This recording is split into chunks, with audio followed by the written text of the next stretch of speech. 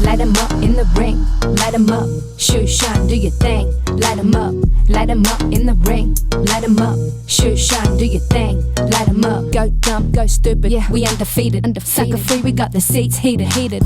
Let's face it, you bout to get a beat down. Less talking, let's take it to the streets now. Ain't gonna be no rematch, why you wanna fight? Touchdown on sight, yeah, turn off the light, oh, turn off the light, let's get it poppin'. Go dumb. When you see me moving, bodies dropping. Move some. I'm about to go sick, call Earl. I'm turning up like E40, not your average girl. I'm turning up. We can rock like Rocky, make you tap it. Ghost ride the whip, look at my drip. This ain't a copy. We got all night if you wanna throw hands. When they see me fight, they wanna throw bands. Go dumb, go stupid, yeah, we undefeated. Sucker free, we got the seats heated. Light 'em up in the ring, light 'em up, shoot, shine, do your thing. Light 'em up in the ring, light 'em up, shoot, shine, do your thing. Light 'em up. It's time for the main event. It's the Shoe Shot.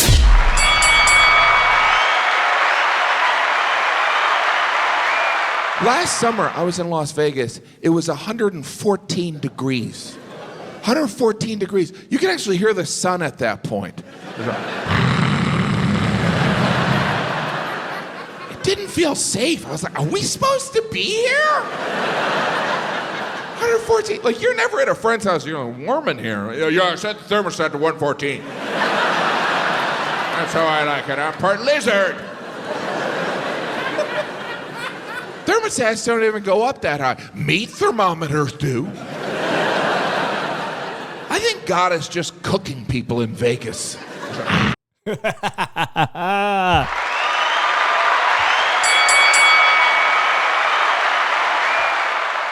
Que onda, vatos locos? It's your boy Dave in the 702. On a Monday night Shoe Shine Boxing Edition, Drew Evo cannot be with us tonight, but I got the great homie all the way from the city of North Las Vegas. Vince is in the building. Que pasa, homie? What's up, peeps?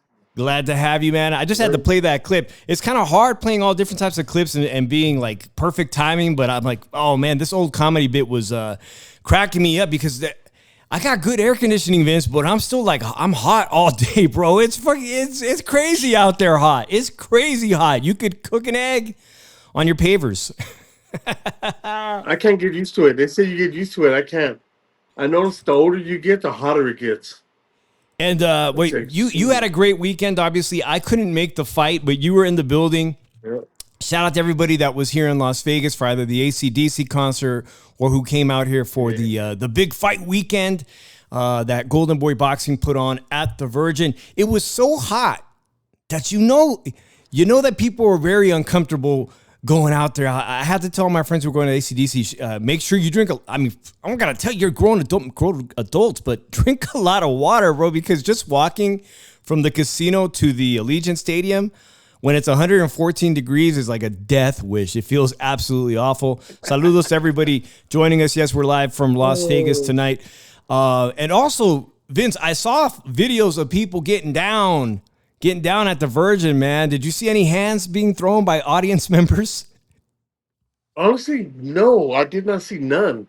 Well, I'm happy because I did see the good homie Vince. I'll have the picture. I didn't load the picture, man, but I sent you the picture. I did see you. I did see you on TNT before I left for the night, man. I saw you. You had the great seats on the left-hand side where the ring entrance was set up, right? Yeah. I'm like, there goes Vince. I see Vince. We're repping the Dodgers. Then that was awesome, man. You had a great seat. We're gonna talk about that fight. I good seats with De La Hoya. In the Rolly fight, the guy asked me, do I want floor seats? I said, no, I don't like floor seats. Give me the next level up.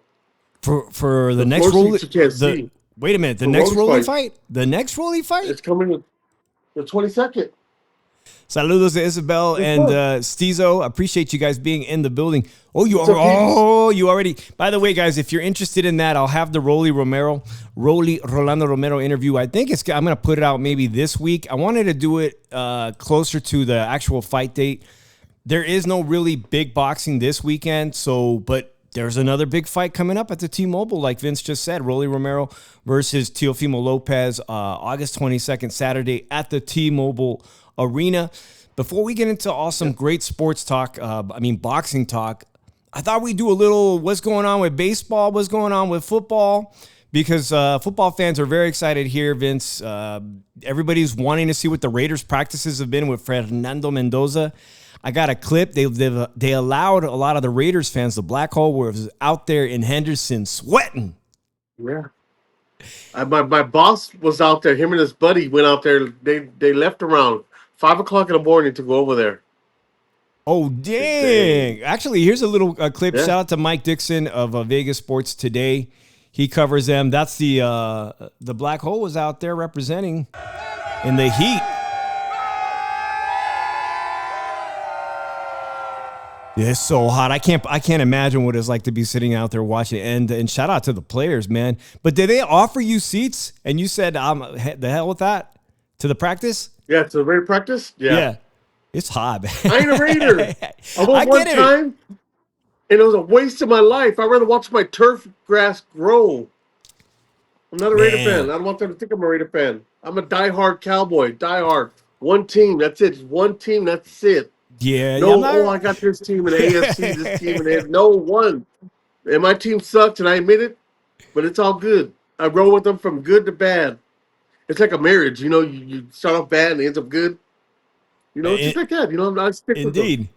Yep. And that video was from Mike Dixon. He's from Vegas Sports Today. He was at the fight too, and I think he had some interesting interviews. I think he might have had one with the model. I'm not sure. Or there's another beat writer, Sean Zettel, who does a lot of great work with the saw Porter him. Pod. You saw him in the building. He's also a Raiders Yeah. reporter. So him and Mike Dixon, both Raiders reporters also. There's nothing but guys with cameras walking in there now. There's like a ton of people just walking, filming, like, I guess, up-and-coming YouTubers or Kick or whatever. I don't know. But there's a Oh whole my bunch God. of camera guys. Like, what the heck? For I feel like I real? was like at Disneyland in the 80s, you know, when you see the Asian people with Yeah. their cameras? Just like that. Like, what the heck? Hey, SoCal Darius says he might go to the Teofimo fight. That's awesome, bro. Hit us up. Hey, let's hook up, bro. So Vince, it was a lot of media then, and a lot of new media that you had not seen. I haven't seen, like, oh my gosh.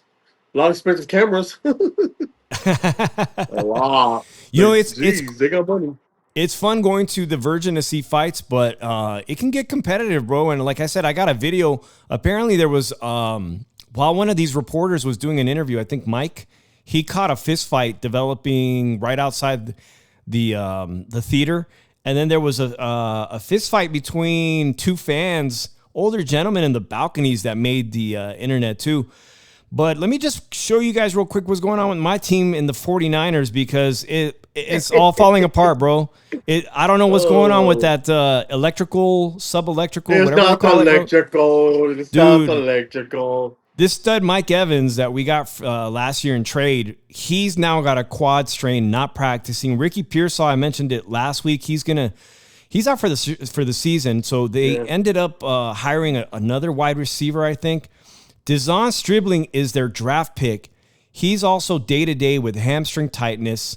Christian Kirk, calf strain. Jordan James, he has a fractured rib because, dude, he's out indefinitely because Fred Warner, who's back, Fred Warner hit that kid so hard, he cracked the guy's rib. So that was caused by Fred Warner. There's actually more people than that, man. If you're a Niner fan, it sounds like a repeat of last year, bro. This is only they just put on the pads today. And from what I'm reading, Fernando Mendoza has not been looking too good in practice with the pads on. So He's a rookie, would expect. but here's the deal, man. Carson Beck, remember him? He ended up being drafted by the Cardinals, and they're just down the way there in Phoenix. Carson Beck, who I think the guy looks old. He was one of the oldest quarterbacks coming out of that draft. They said he looks incredible. They're talking about like this dude might get to be the starter sooner than Fernando Mendoza. That's going to be really interesting with the Raiders being so close to the Cardinals and Phoenix. Like, which one of those guys is going to take over the teams first? According Probably to the what Cardinal guy. yeah, because they don't have a good quarterback. they don't. You know, and the Raiders got a good quarterback, Cousins. Yeah, Kirk Cousins. You know, Who, by the way, Yeah. I didn't start watching it yet, but They have an awesome new Netflix, The Quarterbacks, that I'm going to start watching. He's on that. So he's representing the Raiders. Kirk Cousins is on that. He's one of the quarterbacks being featured on Netflix. I'm going to definitely start watching that. But here is the entire list of 49er injuries currently. This is funny because they put Kyle Shanahan car accident at the very bottom. Damn. Brandon Ayuk is still on this list. Who knows if we're going to get rid of him, but that's a long list, bro. And that's starting to make me really think, are they cursed or is it have to do with that stupid thing, the electrical I think panels? it's STEM. It's STEM. You know, like right now, if you go out there and run like 100 yards, you're gonna pull a hamstring. You know, it's still early. They probably weren't staying fit on the off season. Yep. Know? So it ain't that power building over there. Yeah, indeed, man. So we'll dive deeper into that on Slugged Out Sports in the middle of the week. I think we'll do some more football coverage of how things are developing. But it's baseball trade week. The official trade deadline is coming to an end. And my team, the San Francisco Giants, who were already dead, almost like second to dead last, they pretty much gave away, oh my God, dude. They gave away, and Drew, I'll have Drew talk about this because they gave the Phillies the best player that the SF Giants has. Let me tell you who we got rid of this week, and then we'll talk about the Dodgers because the Dodgers got one of the best pitchers. They just got one of the best pitchers. Yeah. And there's a lot of controversy. Luis Arraez, Venezuelan second baseman, arguably one of the better players on the SF Giants. He made the World Baseball Classic. He was in the All-Star game. He is going to the Philadelphia Phillies for 2 prospects, bro. Oh, no. Robbie Ray, left-handed starting pitcher, to the San Diego Padres, where they got a legit chance of being the wild card team. They just gave up one of the outfielders to the Yankees, Helio Ramos. Tyler Mahle, right-hand starting pitcher. 2 starting pitchers we gave away to the Atlanta Braves. Eric Miller, left-hand reliever, and Caleb Killian, a right-hand reliever. He also is going to the Phillies. So the Phillies ended up getting 2 players, and we ended up getting highly rated pitching prospect Ramon Marquez and Marty Guerre. Pitching prospects, bro, they gave up. They're like, man, we need to start from scratch. We need to get prospects. Yeah, because they're going to have a lot of money now. The farm. You know, they're going to have the money. It's the reason why you guys' team is so good. Obviously, there's a lot of, right now, there's a lot of controversy and hate coming on social media to the Dodgers because now you guys are, and I've got a clip, man. A lot of the analysts say you might as well put all the money on the Dodgers to win this World Series and three-peat, but you ended up getting Tariq Skubal. Yep. Two-time AL Cy Young Award winner. Unbelievable. Yep. Unbelievable. You guys traded away 3 prospects for that guy, but an ace like Tariq, who cares about your prospects? Who cares about your farm system? Exactly. Yep. It's about now, not later. Basically, you guys are just trying to guarantee that when it comes time to playoffs and World Series, that you guys have the entire thing is set up. It's good to go. And guarantee you guys. But here's a clip from Wager Talk today talking about you might as well just put all your money on the Dodgers now for the World Series. Appreciate everybody in the building. We're going to get to some boxing talk. Everyone you know. Yes, they probably will win. I get it. But you cannot wager anything on Dodgers futures. I'm sorry. The only thing you can do is bet against them. What? Unless you're just, Joe Public, like I said, and you just want to be a fan of the game. I'm not here to be a fan of the game. I don't care about any player, any team, any league. They mean nothing to me. I mean nothing to them. Well, I got this clip wrong. I thought this clip was saying go ahead and put all the money on the Dodgers, but I'll have to check our local sports books. But here's why everybody's upset is because, Vince, they really think, a lot of people think that we are headed to the first baseball lockout next year that we haven't had in ages. And here's Scott Farrell, his take on it. On Sunday, we still went 3-2 for the day because we went 2-0 with a lead. This is a long clip, actually. We've hit 12 of the last 15 profit plays, and we've hit blah, blah. And they stopped it after 6 innings. They won the series and I'll tell you more about them later. Atlanta 4-2 over. Meanwhile, the Brewers have 69 wins. Detroit 11-0 in the first game Man, I should have over prepped the this clip. A's after losing Scooble to the Dodgers. Here's the thing, Vince. Here's why the Dodgers figured out the whole thing, man. So they have this thing called deferred payments. $1.1 billion. So there was a baseball player in New York. God, I forget his name. Maybe you remember the guy. He's still getting paid, but he retired years ago. Bobby Bonilla Thank you. for the Mets.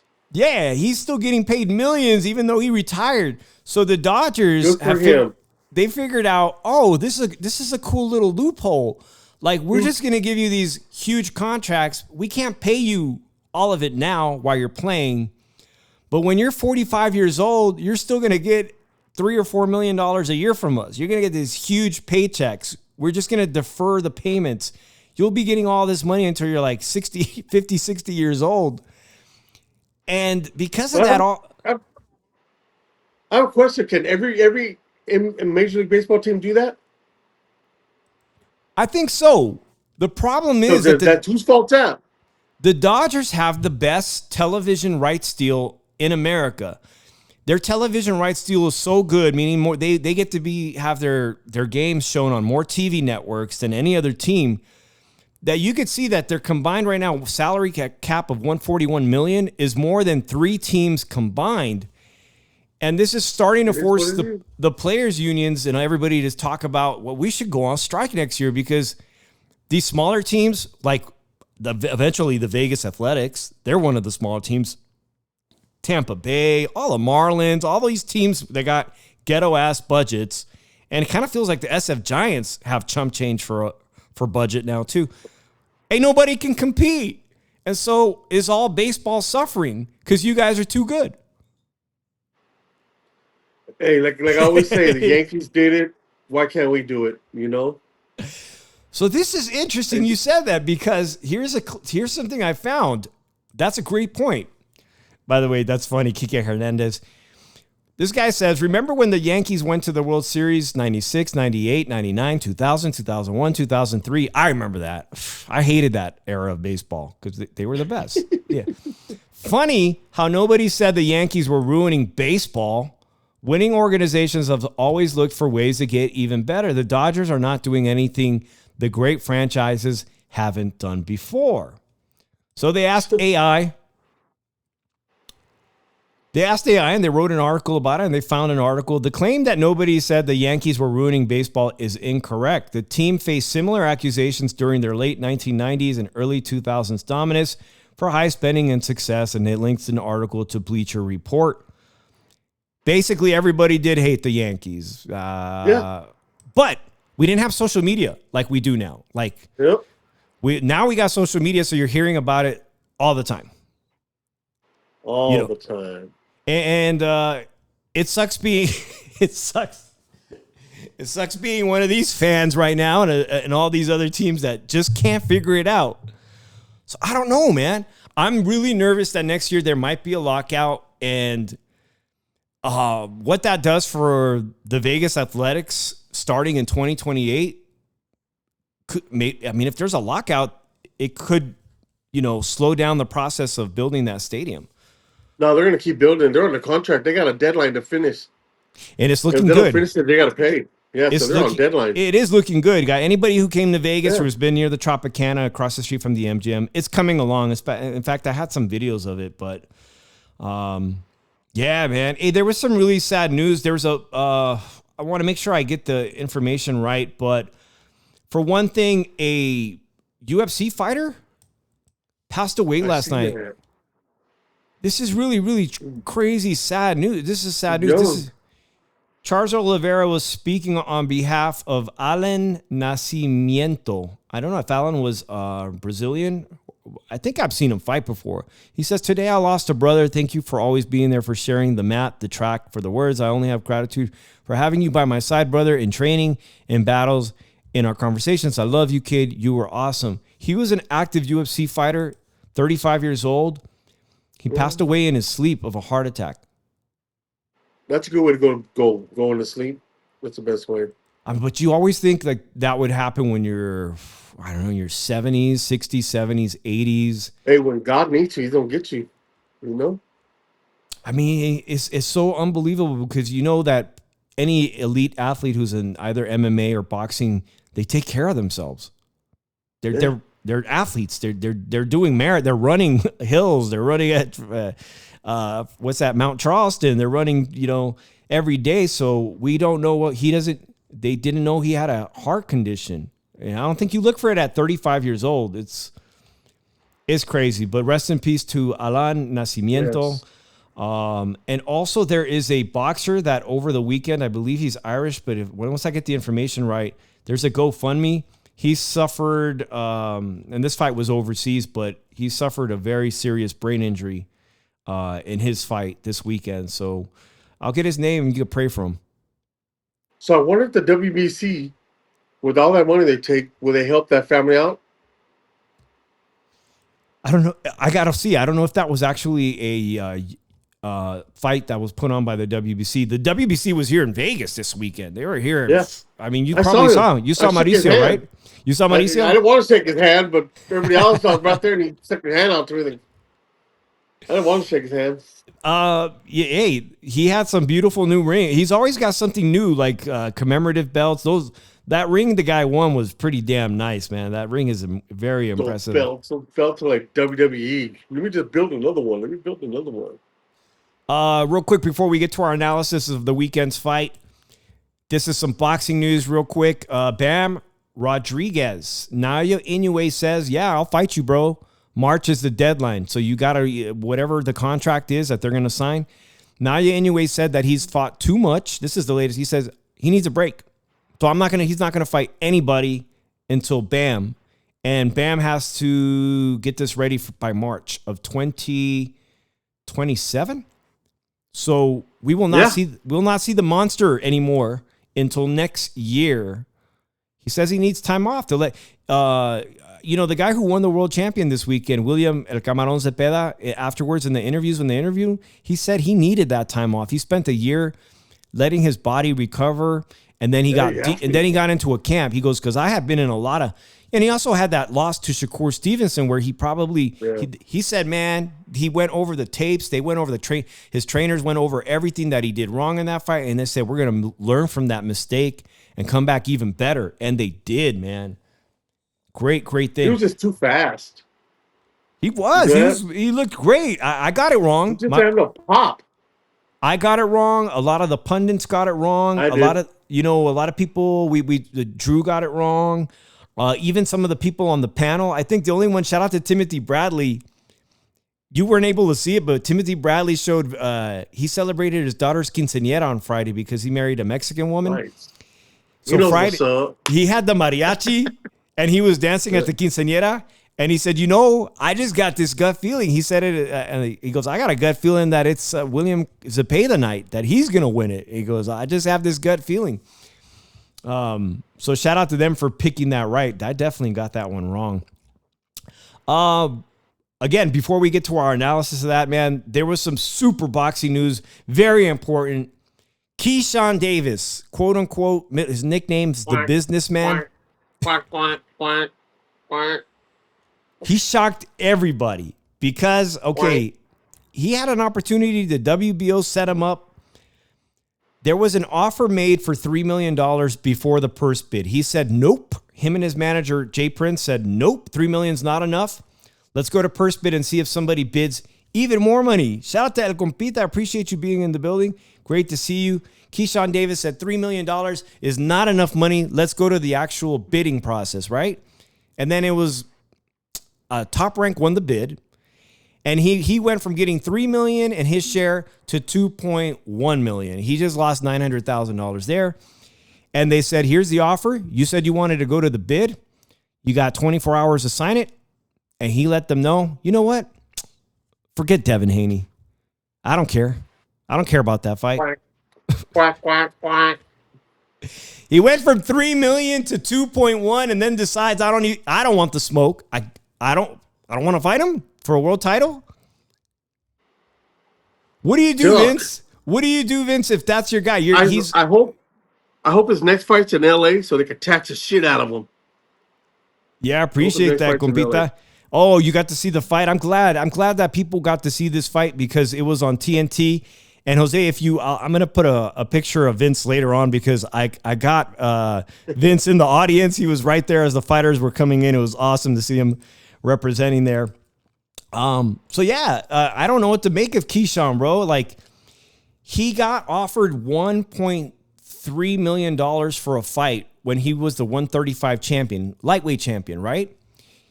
He missed weight. He could not make the weight. He was so far off that they canceled the fight the night before the show. He ended up not getting paid. He didn't get paid $1.3 million. Good. I hate when they don't make weight. I hate that because he bust their ass to make weight. He lost his title. That's good. That's why he moved up to 140. So he never even made $1 million. He probably could make 140. I don't understand why you would not accept the $3 million. That was an amazing offer. Who was in his ear? I would have took it.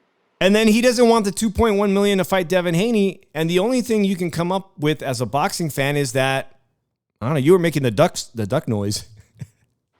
Quack, quack, quack. This is the only thing I can understand. Like, you're afraid of losing to Devin Haney for $2.1 million? That's supposedly a good loss.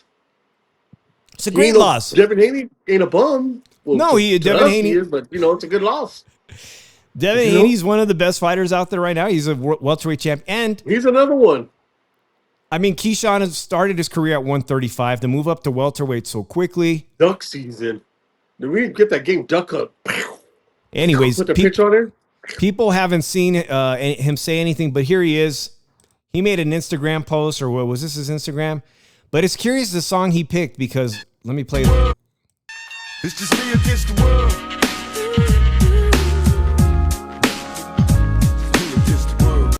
Keyshawn. Man. You know, Keyshawn cost me a job. Well, the job doesn't exist anymore. Yeah, I've said the story. Keyshawn and Jake Paul's right-hand man, Jay Leon Love, cost me a job. And Keyshawn, when he made his decision, guys, we auditioned for a broadcast job, and Keyshawn was one of the judges, and it came between me and this girl. And he goes, Shoeshine, don't take it personal. It's just business. Because he said he's a businessman, right? Well, Keyshawn picked Tupac's song. It's Just Me Against the World. First of all, Devin Haney's Oakland. Bill Haney's a Oakland. He's that you can't take Tupac. You can't use his music. Hey, this is a song he needs to play. Which what?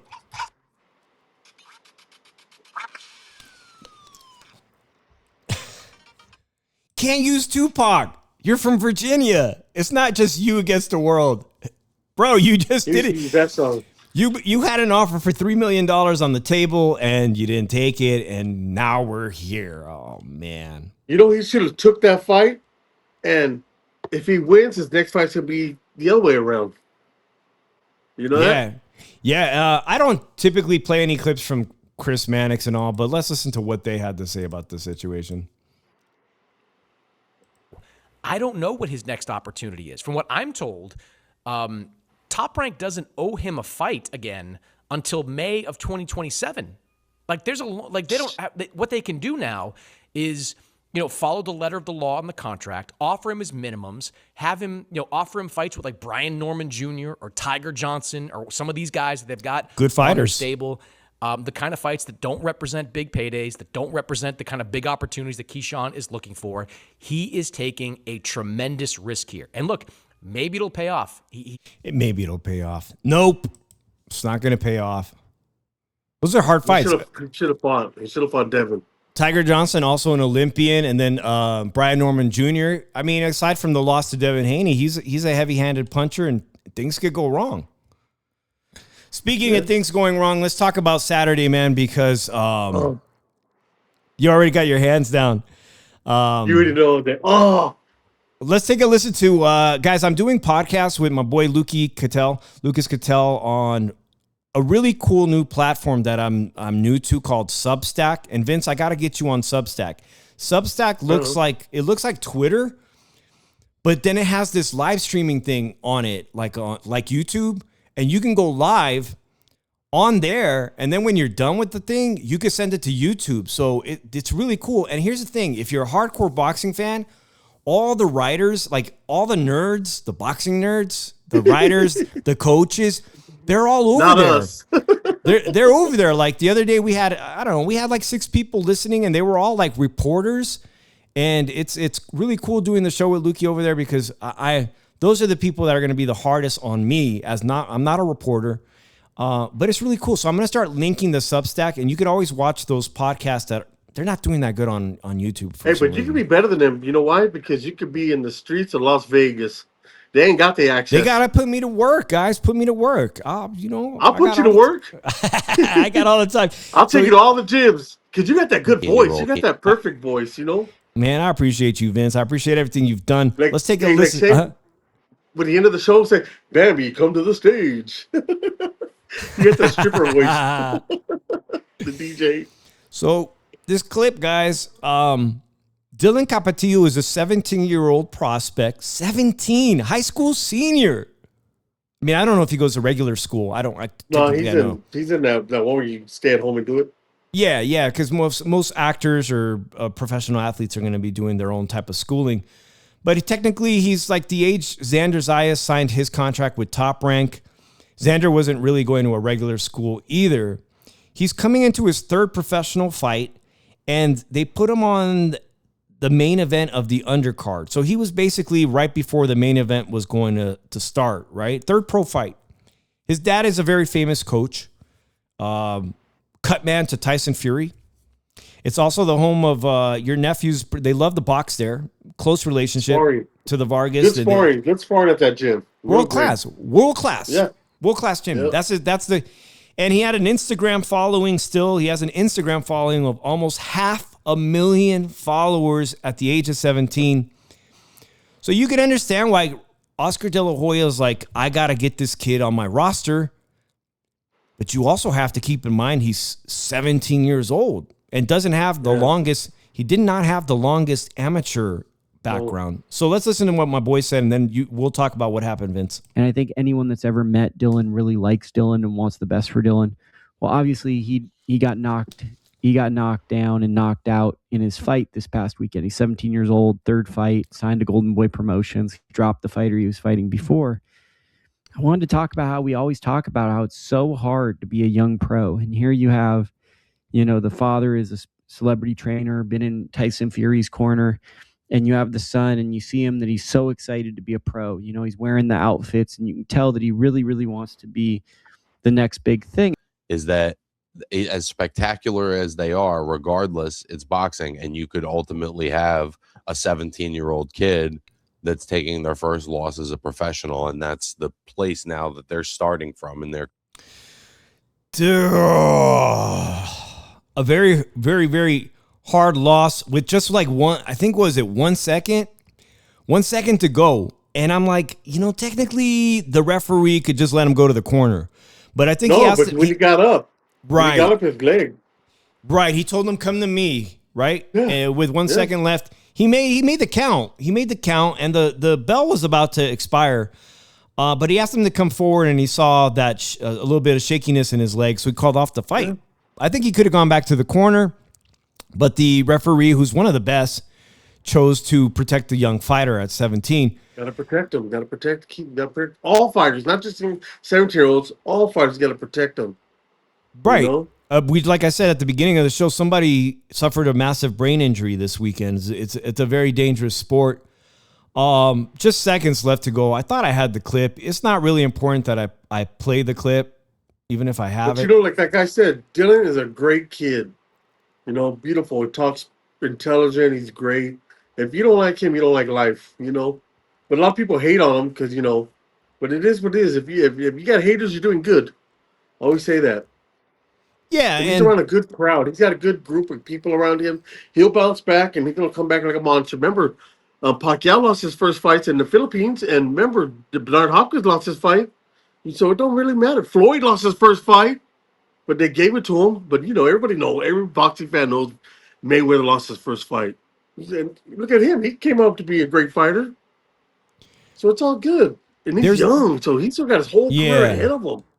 So what I wanted to ask you, and I wanted to give my opinion on it, is what went wrong from a promoter standpoint? And Vince, let me know if you agree with me.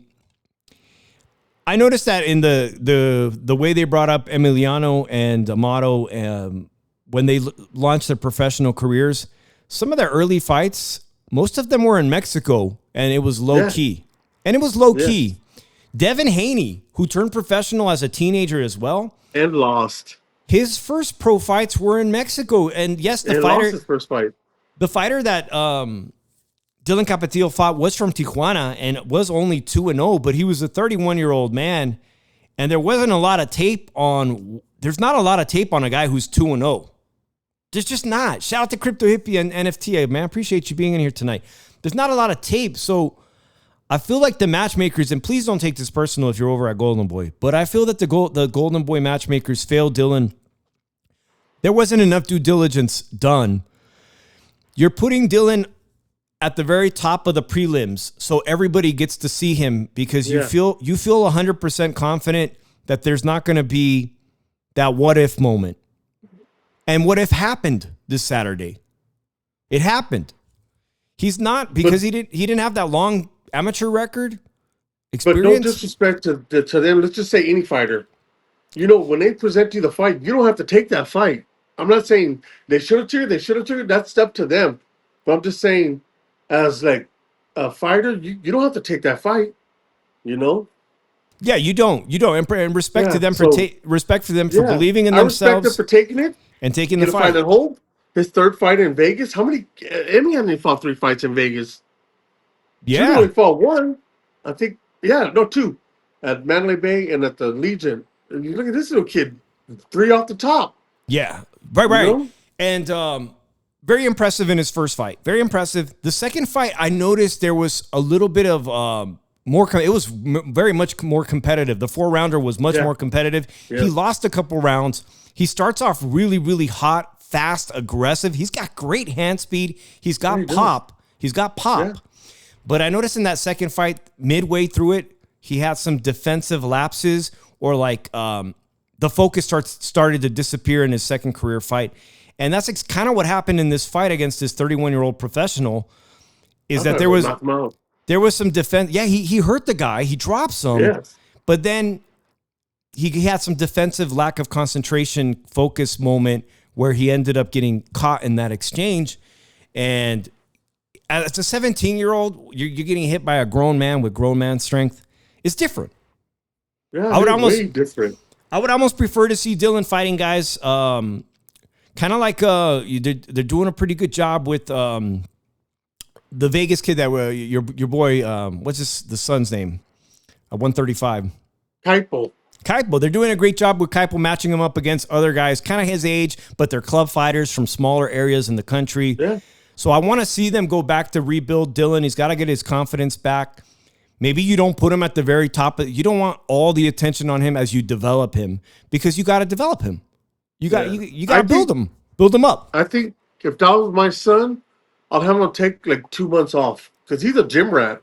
He's like another Emmy. You know, he lives at the gym. Just give him like 2 months off. Just have him just run around to do running, but just that's it. And then come back because he don't come back and be like a monster. Because that little kid's got a lot of talent. You can see it. You can see it. But it just I definitely feel like they were starting to rush him, and now it's time to take a step back. He should have in my opinion, he should have fought more amateur fights. You know, become like a national ranked amateur, and you know that, and do like how they did Emmy Junior did it, and Amalo. They all did amateur fights. At least 20 fights. You know, but it's too late for that. It's too late for that because they signed a contract. So now what you got to do is just like Devin Haney. I didn't hear about Devin Haney when he was fighting in Mexico. I didn't even know who he was. Yeah, you know, he lost out there. Yeah, but now look at him, world champion. So absolutely 100%, you can come back from this. You can become a world champion. You will get better. There's nothing wrong with the loss. We're talking about a kid in high school age. Yes, fighting, a baby still, fighting grown men. So yes. Hopefully everything's gonna, be all right. He's gonna be all right. I'm glad you say He's that, got man. the right team. He's got the right team around him. He's got probably Canelo already talked to him. Tyson Fury already talked to him. You know, he's good. He's in good hands. I You appreciate know. that. Yep, he is, man. Yeah. Like you said, Tyson Fury. I finally got the guy. His name is, and Vince said it very well, that the referee protected this young man. Maybe he could have let him go back to the stool, but that was me being selfish. He was trying to protect the young fighter, and unfortunately, this past weekend, somebody got very injured. And there's a fundraiser for boxer Lee Reeves, European fighter who, could end up being the. I pray, but people do pass away from injuries like this, and he could have, and he's trying to recover from a serious brain injury. It's a dangerous sport. Yeah, don't play boxing. Sport. Don't play boxing. So you saw the co-main. You were there. I saw you, which was Raul Curiel of Mexico. That fight bored me, and I was already left the house. Yeah. I'm glad I went with my friend. That fool got so drunk he passed out. We're just making fun of him, taking pictures of him while he's knocked out. That was the last fight on that Raul Curiel's contract. It did go the distance. He is a Mexican Olympian, but to be honest, bro. Boy. Oh my God. You don't fall asleep around me. If you're drunk and fall asleep, it's open season. He's lucky we didn't have makeup. We could have painted his face. Bro, but this is the upstairs. No, you can't say that. You had the good seats. Yeah. This is what was happening in the balcony behind you. Thank God they didn't throw him off. I was just. Good night. I thought that was a baseball game. Those fights. No, that was up in the balcony, bro. Oh my God! I And then he tossed the old. I thought it was a baseball game. I didn't hear nothing about that. They said no more. Yeah, But sometimes people get too drunk at the fights, and it was hot. That's the thing. When it's that hot outside, it was cold. But even I was then, cold in there. They had the AC grate. Yeah. Oh yeah. When I left, I was in the story. But there's no way to know how long people have been drinking before that in the hot Vegas sun, and so they end up going to the fight and they're already kind of toasty, And they were giving out Canelo shots. Oh my God, they were giving the VMC free. Yes, that's my friend had two of them. Like, dude. Oh my God, they're good. They taste good, bro. I don't drink them. I don't know. That's good. I want the Canelo retirement one. No, just kidding. No, actually, it's a great thing. You actually make a great point, man. He should probably make something non-alcoholic. There's a lot of people that aren't drinking anymore. Those cocktails, they're really good. They're in the can. And if you made them non-alcoholic, I'm telling you, people will buy them. I mean, they taste good. They don't have to. Not everybody's drinking these days, and I respect that too. So Raul Curiel was boring as hell. I just found out his contract is expiring with Golden Boy, and he's a free agent. A lot of people I've been reading on social media were like, that dude just deserves to be on Zuffa because, I mean, he is a Mexican Olympian, but that fight was boring. To me, Randall, that fight went the distance and it wasn't exciting. So then we get to the co-main event, bro. Raymond Murataya, Robert Garcia fighter, looked unbelievably good again. I saw him beat Andy Cruz, a gold medalist, and now he beats the Brazilian gold medalist, Robson Conceição. It did go the distance. Nobody's ever knocked out the Brazilian. Nobody. He's now beat 2 gold medalists this year, this calendar year in Vegas. I think if you listen to Robert more, he would have stopped that kid because Robert was telling him what to do and he wasn't doing it. Really, like, you could see that you could see it from there on the screens. They were yeah. Uh-huh. Yeah, I noticed in the last fight that he was listening to Robert Moore, and I thought it was good because Andy Cruz, he's a very difficult fighter to beat, and he's the first person to beat him. I thought he listened more in that one. Maybe, like you said, he wasn't listening too intently, but was already kind of an autopilot and knew he was going to beat him. Yeah. But if he had listened more, maybe he could have broke him down and got him out of there. Stopped him. Yeah. I thought it stopped him. The guy's got 2 great defenses now, becoming the world champion. And now you had 2 guys become 2 world champions. Now you have the Golden Boys' latest champion in William El Camarón Zepeda. What was it like being there? you had to have a lot of Mexicans on one side and a lot of people supporting Roach on the other. Was that what it was like? Kind of, yeah. Yeah. Was there a lot of Yeah. pardon me, but was there a lot of shit talking in the audience? Not really. Not really. Good. Not down on the bottom. No. There was a lot of. I remember going to Lomachenko. Fonzie went with us. Lomachenko versus Devin Haney, and I was sitting with some people from that came from Oakland. On my left, there was some people from Oakland, and we were just like we weren't rooting for anybody. I was just there. I wasn't rooting for either of them. I was just there to see a great fight, and it was a great fight. And the people from Oakland were like, they were mad, and they were just happy. I was like, no, Devin Haney's doing okay. He's doing it's close. They were so mad, but they were ready to fight anybody. If I had been like a Loma fan, it would have been all bad. I wasn't tripping. I was there to just see a good fight, man. But yeah, people can get pretty heated in those kind of. It was a great fight. Here's a quick clip from it, bro. We mentioned he looked better than he's ever looked in a long time. He threw 884 punches against Lamont Roach. Man, that's crazy. That is crazy, bro. He's a wrecking machine. A buzzsaw, as they like to say it, a buzzsaw. What did you think, man? Now he's the world champion. Now Oscar has a new world champion. I'm waiting for Lamont to pop him, catch him. But this guy was like, it looked like Broner versus Pacquiao. Yeah, because we really thought that in certain moments it looked like maybe he would land some counters, but I think he got tired from all the punishment, man. It was a lot of punishment. He was on it. He took a lot of punches. In fact, let me my TV's tripping here, but here's some more highlights from the fight. I gave Lamont Roach, I think, 2 or 3 rounds. So it wasn't a complete wipeout, but it wasn't the Lamont Roach that should have beat Tank Davis. And then the Pitbull Cruz fight, looking back on it, I think that took a lot out of Lamont Roach fighting Pitbull Cruz. I think those draws messed him up. Yeah, absolutely, man. And William Zepeda kind of said that those Tevin Farmer fights, the pair of them took a lot out of him as well. Yeah, it's hard being a boxer. You know that. And the older you get, the harder it gets.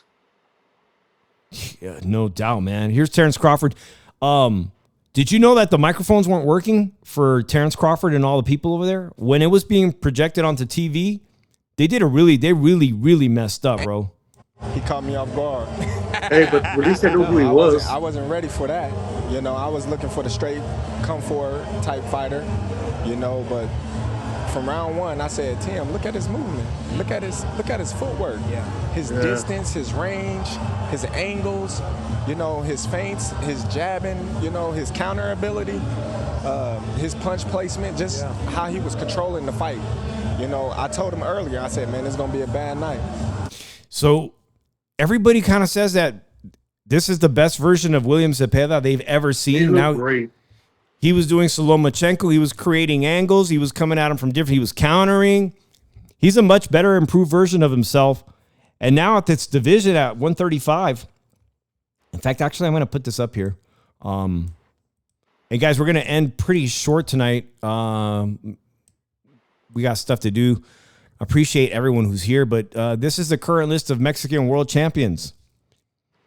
Christian Medina, bantamweight. Jose Salas, IBF bantamweight. We have 2 bantamweight champions. Rafael Espinoza, the mariachi singing featherweight champion. Emmanuel Navarrete, 2 titles at 130 pounds. Super middleweight.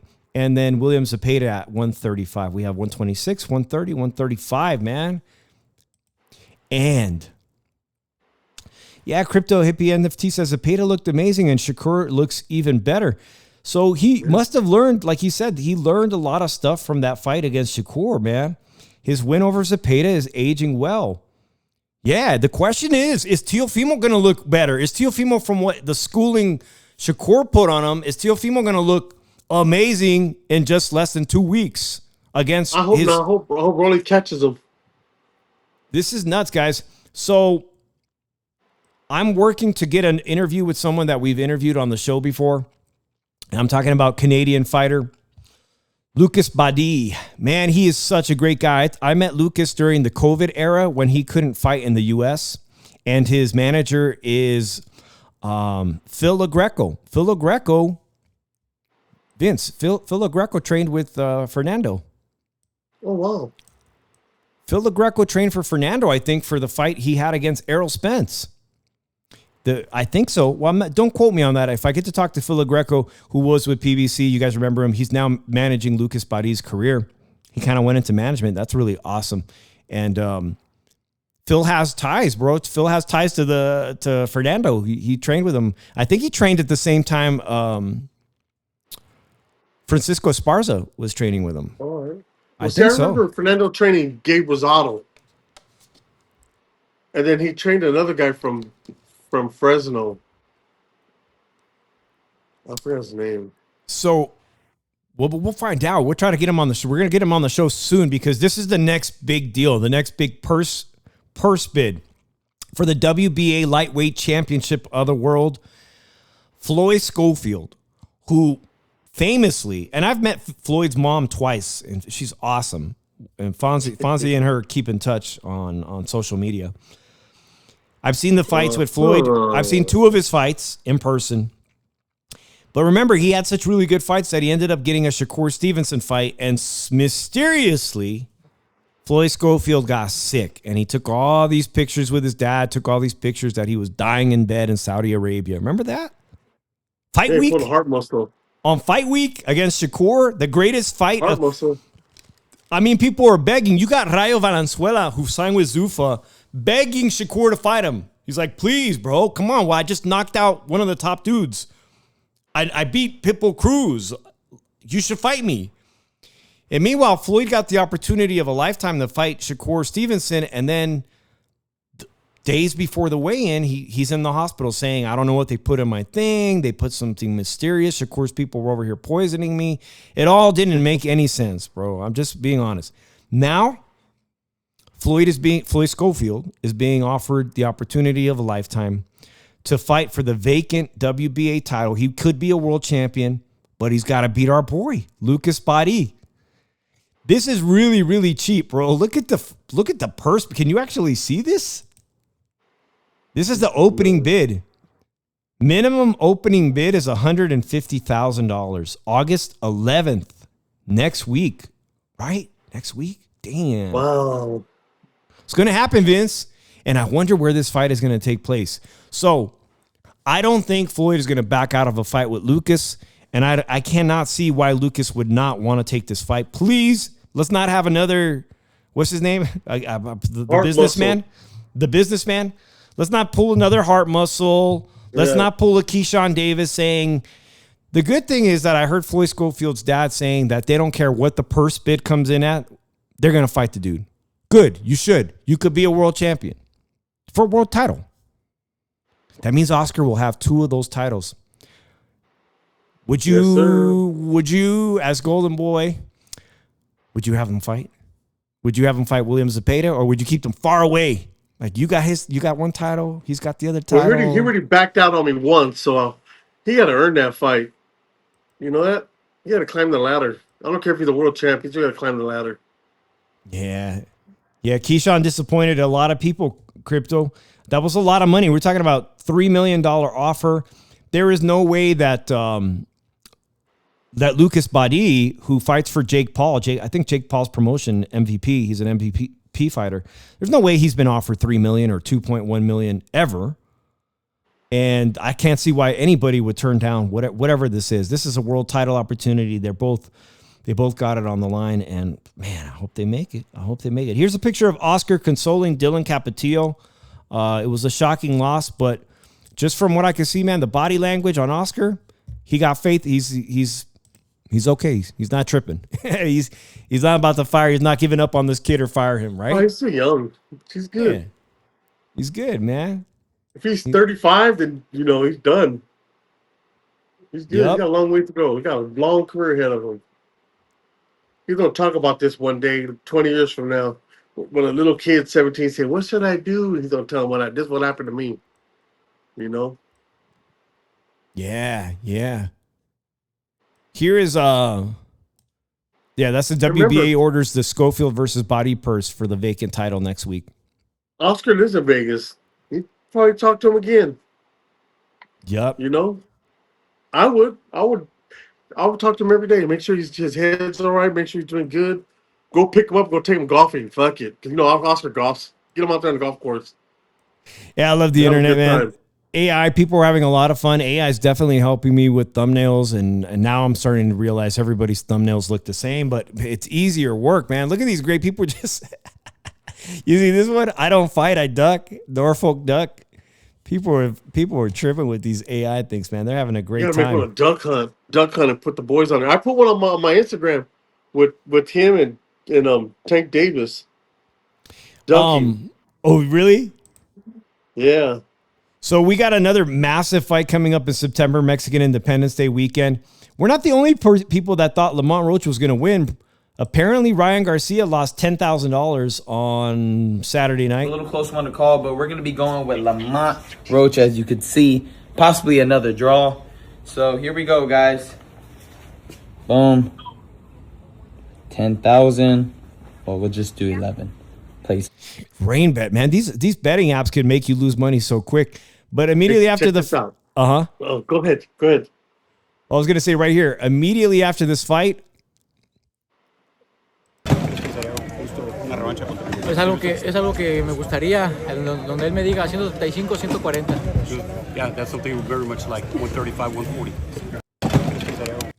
So they asked William Zepeda Murataya, who was the co-main event, would you prefer to have him or Abdullah Mason, which is Top Rank's really, really good young fighter? And he says Murataya is the bigger challenge. More money. What did it say? Very much.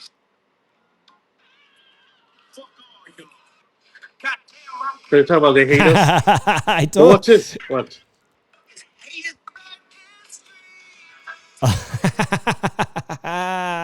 That's great. That's awesome. Yep. I mean, when you're on top, everybody. That's what happens when you're on top. Everybody hates, man. So yeah. I did get a chance to find your other nephew Amato.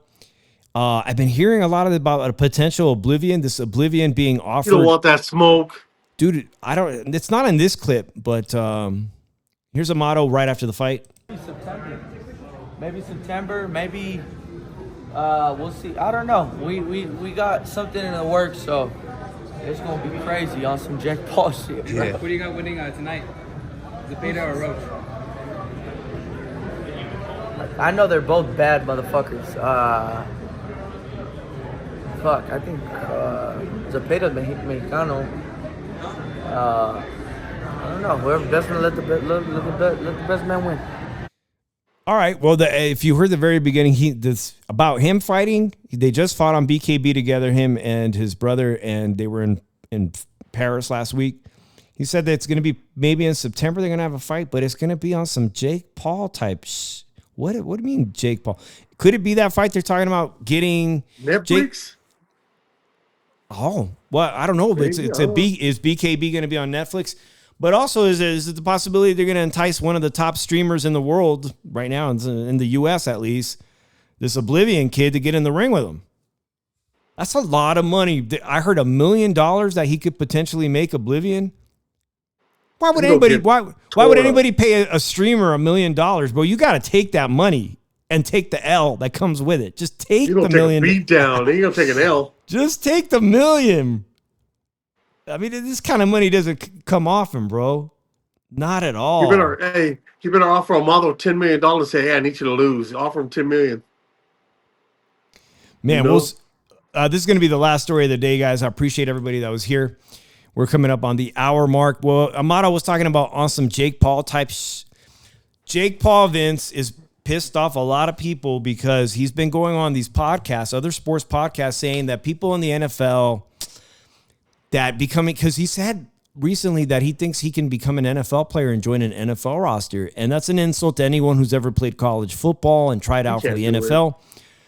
So he said, you know what? I challenge he goes, maybe I can't be an NFL player as good as you guys, but I bet you that not one NFL player could come over into boxing and even last 2 rounds with me. So we talked about this guy, Hockett, or was it incredible? Josh Hockett. Josh Hockett played for the 49ers. He's that UFC fighter that pissed off a lot of people when they did the UFC show at the White House. He offended a lot of people, comes across as kind of a bigot. But anyways, this dude, he fights in the UFC. He went from football player 49ers roster to the UFC. He says, I'll take that challenge any day, right now. So we could be seeing a UFC fighter, Hockett, in a boxing match with Jake Paul. I mean, dude, Jake Paul, damn, we've been talking about Jake Paul for a while. So what does he do? He throws some gas on the fire just to bring his name back up. He knows darn well if Ray Lewis hit him, he'll be crying. And Ray Lewis has been out for what, 5, 6, 7 years? Yeah. Ronnie Lott hits him. Ronnie Lott hasn't played in a decade or something. But if Ronnie Lott hit him, he'll be crying. He can't do it. He's just talking out of his, This is actually a really good fight for Jake Paul. He did break his jaw. The doctors told him don't go back to fighting. Maybe he shouldn't. But look, Jake Paul became famous from fighting washed up MMA fighters. He's still an active UFC fighter. And it would be pretty awesome. He says, I'll give you $1 million for anybody that can go 2 rounds with me. So Josh Hockett would love to take that $1 million offer. It's probably more than they get paid in the UFC. Of course. Oh, that was loud. Yeah, I appreciate everybody that joined us on a Monday night. We're going to come back with some more boxing, football, baseball talk this week. Slugged Out Sports maybe Wednesday or Thursday. So make sure you're subscribed and hit that notification bell. And tomorrow, the ace for the Dodgers is pitching tomorrow. The new Dodgers pitching tomorrow. And Dodgers on a 4-game losing streak right now. What the heck? They got the new guy in tomorrow? Yep, tomorrow. 2-time Cy Young? Against the Cubs. Wow, that's a big deal, man. I'll be watching to see the highlights, how he does, man. I'm watching the whole thing. Yeah, so we'll be back, guys. Please subscribe over to Vince's channel, Slugged Out Sports. I'm going to be posting this show. I'm gonna post that on his channel. Make sure you're subscribed on YouTube, Slugged Out Sports. It's free. Yeah, it's free, man. We'll have some more awesome content for you guys in the middle of this week. Appreciate you all. Dave in the 702, Vince, we're out. Peace. Peace out.